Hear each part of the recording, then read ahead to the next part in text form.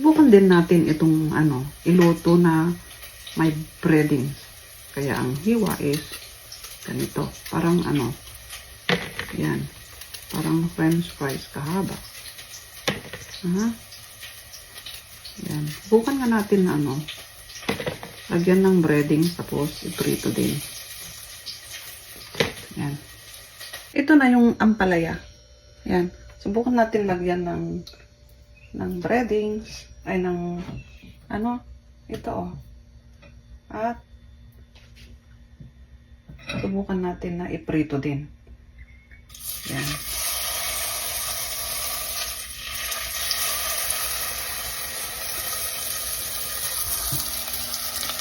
Ay, hindi makita. Yan. Ito yung ampalaya. Gawin natin parang okra din. Ayan. Lagyan natin lang. Breading. Ito kasi sayang naman yung naiwan. Ayan. Kamayin na natin. Ayan. Tapos, prito doon. Ay. Ay na yung ampalaya na ating nilagyan ng nasobrahan breadings ng okra. Ayan. Tignan natin kung anong to ang lasa. Ayan. Ayan pa yun. Lagyan pa natin ulit. Para dami pang Yan na po yung ampalaya na nilagyan natin ng coating. Ayan natin mamaya.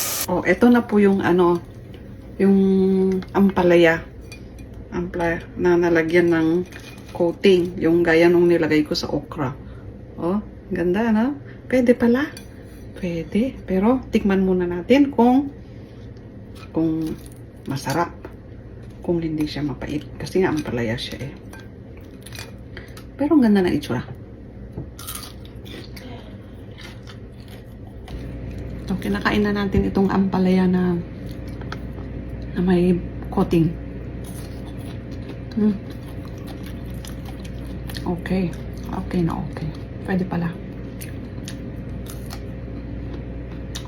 Wala akong sausawan. Pero okay siya.